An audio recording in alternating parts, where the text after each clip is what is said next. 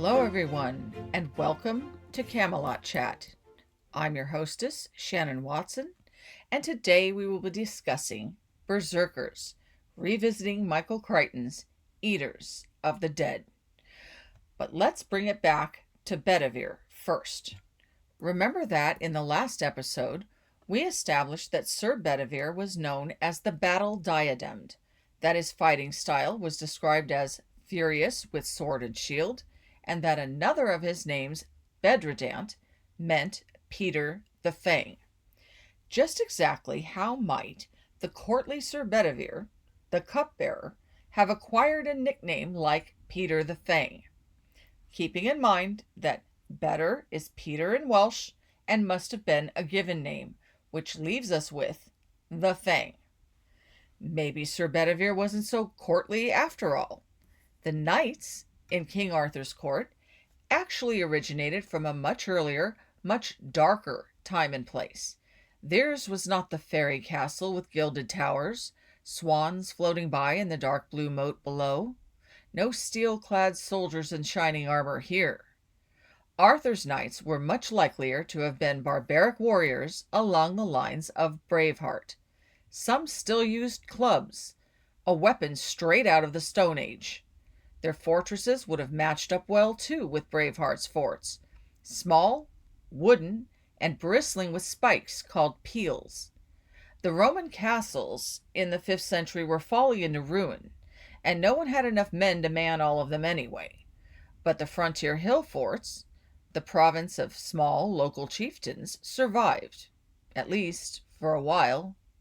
So rather than the handsome Sir Bedivere of French romance, we are confronted with a savage man, probably part Pictish, who fought like a demon in battle and, as a consequence, was left with only one arm. If Sir Bedivere was actually a battle-mad warrior named Peter the Fang, can we find evidence for such a paradigm in the 5th century UK? Turns out we can. For starters, there are the gangs. Oh, not gangs in the modern sense, but come to think of it, gang as a descriptor is not entirely off the mark. That's because in the British Isles of the 5th century, gangs of youths roamed free, living off the land. The Irish Fianna were particularly noted for this practice. In fact, evidence of them, in the form of outdoor cooking pits, litters the green knolls and valleys of Ireland. Most were situated near wood and water. Few have been found near settlements, although outlying ancient huts have been discovered alongside some of the pits. These cooking pits date back as far as the Bronze Age, and their Irish name means something like wild barbecue pit. In Britain, they were called burnt mounds. They had them in Sweden, too. The Irish Brehon laws reference the Fianna and their practice of living wild. The Fianna were young noblemen past the age for education and fosterage, but who had not yet come into their inheritance. This rite of passage was intended to prepare them to settle down, own land, manage property, marry, and lead men. It was also intended as the ultimate survival skill boot camp.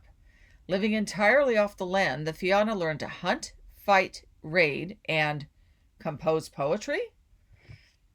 Apparently they did. During the warm months, they lived wild. In the winter, they hired themselves out as medieval mercenaries to whatever chieftain would have them. They were a sort of barbaric police force, keeping order in towns and hamlets and during feasts, conducting raids on behalf of their chieftain, levying fines, and collecting debts. One wonders, with their skill at rhyme, whether they also entertained at the feasts. Some never married or settled down. They remained renowned warriors, solitary champions, their entire lives. Some of their names survive: Gawain, Colquhoun, Bothvar Bjarki, Lancelot, Achilles even, with his myrmidons from a much earlier time. The Fianna had their own look, too. A shaved, tattooed scalp with the back hair worn long. Party in the back, punk in the front. When they came in from the cold northern woods, they must have been something to behold. And, if they had been living off the land for some time, something to smell. This practice by male youths of roaming wild originated in the still more ancient Proto-Indo-European motherland. Its name may have come from, and here's another movie reference, a word "korios" that meant wild ones. While the practice began on the continent and continued in Ireland, it obtained in northern Britain and Scotland as well. It was known there as comitatus.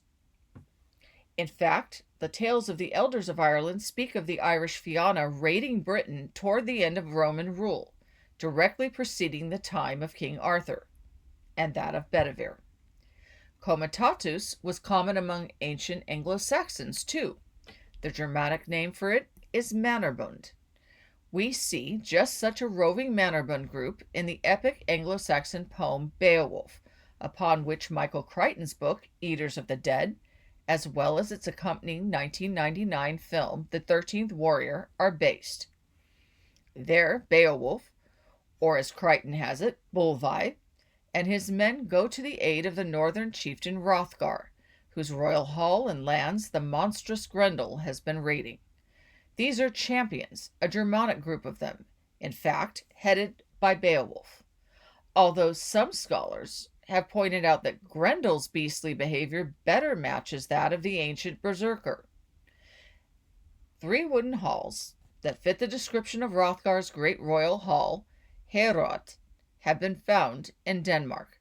One of them, just north of the others, was built in the mid-6th century, a time that matches that of Beowulf, and followed that of Bedivere by no more than 100 years, possibly less.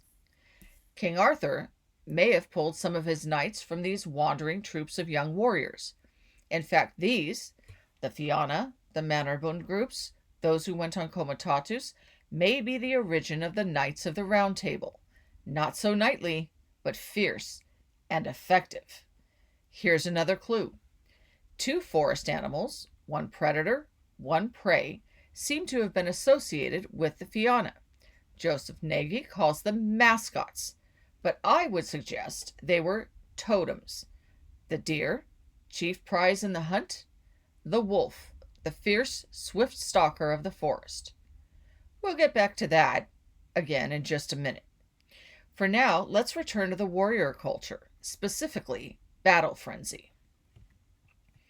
5th century warriors, Irish, Germanic, Caledonian, were known for their terrifying battle frenzy. Called by various names, Riastrad, or warp spasm, and Berserkergånger, battle frenzy reportedly caused a warrior to be possessed by rage. Warriors suffering from, or inducing, battle frenzy were believed to have transformed into alpha animals in battle, wearing the skins of beasts and foaming at the mouth. This brings us to Berserkers. In the Dark Ages, or as some would have it in the early Middle Ages, chieftains kept elite corps of shapeshifters who fought as their totem animal. Germanic shock troops battled as beran-sarcas, or bear shirts, a practice which indicated the wearing of bearskins and gave rise to the term berserker. They foamed at the mouth, they bit their shields, they howled, they raved. In fact, berserkers were said to so lose themselves in the experience that at least one corps of bear shirts was known to have broken rank and lunged at the foe before the signal to charge was given. Michael Crichton depicts this very well in his book Eaters of the Dead, which was beautifully rendered into the movie The 13th Warrior. The main adversaries in the book and film were a corps of berserkers or bear shirts, a barbaric people who lived in caves and wore bearskins into battle, even though they rode in on horseback. They fought with bear claws, much like the bear claw hammer King Arthur is said to have wielded in his siege against the island kingdoms. They were battle mad. They darkened their faces with dung or mud or black paint. They were ferocious, relentless, and terrifying. These then, and not Bolvi's crew, were the berserkers of the piece. Excuse me. Much speculation, however, has obtained among scholars in the days since bear shirts and berserkers roamed the land. What caused them to fight so fiercely? To quote a line straight out of the 13th Warrior, they believe they are bears. Were they? Were they shapeshifters? Did they really believe they were bears? Or did berserkers only emulate the bear? Was it a psychological state? Was it mental illness, booze, epilepsy, PTSD, self-induced hysteria, some hallucinogenic drug? Black henbane, found in a later Viking grave, has been suggested as the culprit. Its symptoms match those of berserker battle frenzy. Furthermore, did ancient warrior troops only model themselves on the mighty Bruin, or were there other types of spirit warriors, like boars and wildcats, like wolves, the Fianna's fearsome totem? Fierce in the fight, with weapons of their own, like tusks and claws and horns, with fangs, like Bedradant. Peter the Fang and the other young men of his time may have patterned themselves on wolf packs. Perhaps, in addition to the bear shirts, there were also wolf shirts? Find out next week on Camelot Chat. If you can't wait for more Arthurian lore till the next episode, you will find my historical fiction novel, The Wanderer and the Wolves, told from Queen Guinevere's perspective, on Amazon.com. The link is included below. And be sure to check out my author page at shanaverestudios.com. Until next week, people who read live in many worlds. Books are the surest portals to those worlds. So keep living, keep reading, and keep dreaming till we meet again.